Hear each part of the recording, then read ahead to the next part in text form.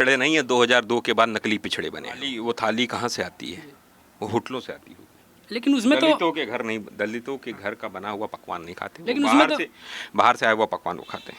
नरेंद्र मोदी इस देश के गरीब गुरबा और उसमें दलित समाज के सबसे ज़्यादा लोग हैं, अति पिछड़े समाज के सबसे ज़्यादा लोग हैं, पिछड़े समाज के लोग हैं और गरीब सवर्णों के परिवार के लोग हैं। गरीब विरोधी नरेंद्र मोदी हैं, इस बात को मान के चलो। जय हिंद। मैं आदर्श गौतम और मेरे साथ हैं प्रबल प्रताप शाही साहब, जो एक कांग्रेस के लीडर हैं, और इनसे पूछना चाहेंगे कि जब बीजेपी G20 में रात्रि भोज के लिए आमंत्रित की मल्लिकार्जुन खड़गे साहब को, क्यों नहीं आमंत्रित की? क्या कारण हो सकता है? क्योंकि मल्लिकार्जुन खड़गे साहब विपक्ष के नेता हैं, उनको इसलिए नहीं बुलाया, और कांग्रेस के राष्ट्रीय अध्यक्ष हैं कि वो दलित समाज से आते हैं और नरेंद्र मोदी को दलित से नफरत है, आरएसएस को दलित से नफरत है, भारतीय जनता पार्टी को दलित से नफरत है, इसलिए नहीं बुलाया। लेकिन अगर बीजेपी को या आरएसएस को, जो भी आप बोल सकते हैं, अगर उसको दलित से नफरत होता तो फिर राष्ट्रपति भी तो एक आदिवासी समाज से आती हैं। इसीलिए आदिवासी जो हमारे समाज से आती हुई महिला, जो हमारे राष्ट्राध्यक्ष हैं, जिनको राष्ट्रपति कहते हैं, प्रथम नागरिक हैं, उनको जब नया संसद बनाया तो वहाँ से महरूम कर दिया, वहाँ नहीं बुलाया उद्घाटन में। क्यों नहीं बुलाया? इसीलिए ना कि आदिवासी, नरेंद्र मोदी को आदिवासी, दलित, पिछड़े से बहुत ज़्यादा नफरत है, महिलाओं से नफरत है। सर, अगर उनको पिछड़े, आदिवासी एक्सेट्रा जितनी चीज़ें बता रहे हैं, अगर नफरत होता तो फिर वो तो खुद ही एक पिछड़े जाति से आते हैं और बोलते हैं कि मैं इस संविधान की वजह से आया हूँ, मैं एक पिछड़ा हूँ।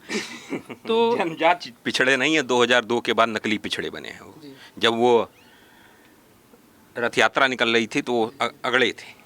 सर, आप एक बहुत बड़ा आरोप 2002 में वो जब मुख्यमंत्री बने तो उन्होंने अपने समाज को पिछड़ा बनवाया। सर, 2001 में जब मुख्यमंत्री बने उसके बाद उन्होंने अपने समाज को पिछड़ा में घोषित कराया, और कुछ नहीं। यही टेक्निकली पिछड़ा है, बनाया है। टेक्निकल पिछड़े हैं नहीं, लेकिन उन्होंने पिछड़े का दंश नहीं सहा है, उन्होंने दलितों का दंश नहीं सहा है, उन्होंने मजदूरों का दंश नहीं सहा है। वो जितनी चीज़ें बोलते हैं झूठ बोलते हैं ना। वो चाय बनाए हैं ना कहीं, अगर किसी ने 1000 रुपये एक का इनाम देता हूँ, अगर कोई उनके हाथ से बनाई हुई चाय पिया हो वडनगर के अगर स्टेशन पे, तो मेरे पास आए, वो खोज के आए, मैं 1001 रुपये का इनाम दूंगा उसे।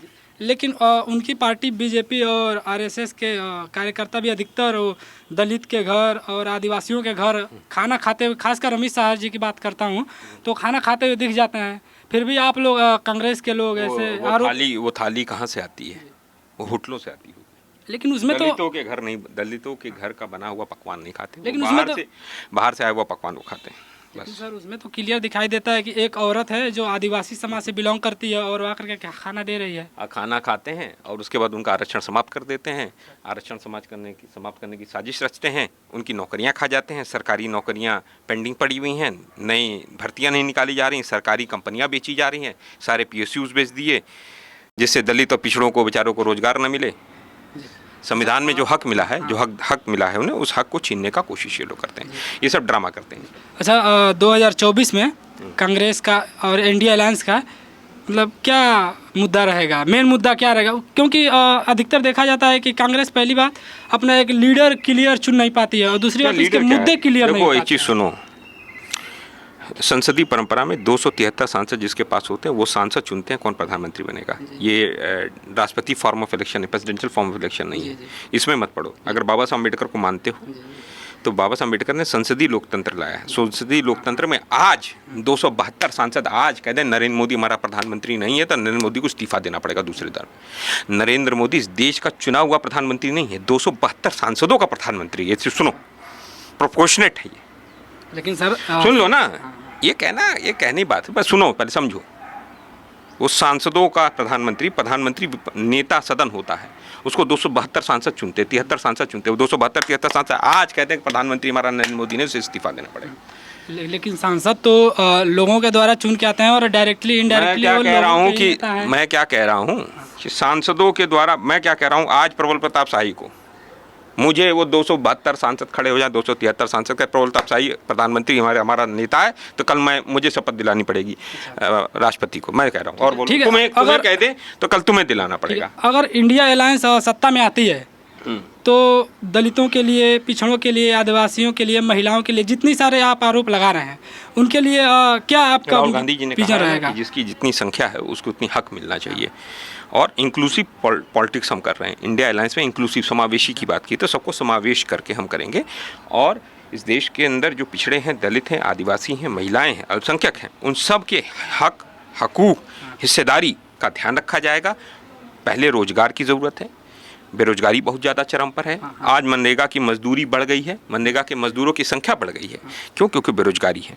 दूसरी चीज़, एक चीज़ और सर, समझिए। आपने एक और मुद्दा सुनिए, बहुत अच्छा उठाया। अब मैं सॉरी बीच में काट रहा हूँ कि मनरेगा में आपको देखते हैं कि धूप में एक दिहाड़ी मजदूर है जो मतलब एक सोच से भी ऊपर जा कर के वो मेहनत करता है और बदले में उसको 150-200 रुपए की एक मिलती है दिहाड़ी। वो भी 100 दिन की भी नहीं मिल रही है। जी 100 दिन के रोजगार ही नहीं मिल रहा है। तो इस पर जी आप क्या कहना बजट 1.5 लाख करोड़ था। नरेंद्र मोदी ने घटाते घटाते 60,000 करोड़ रुपये कर दिया।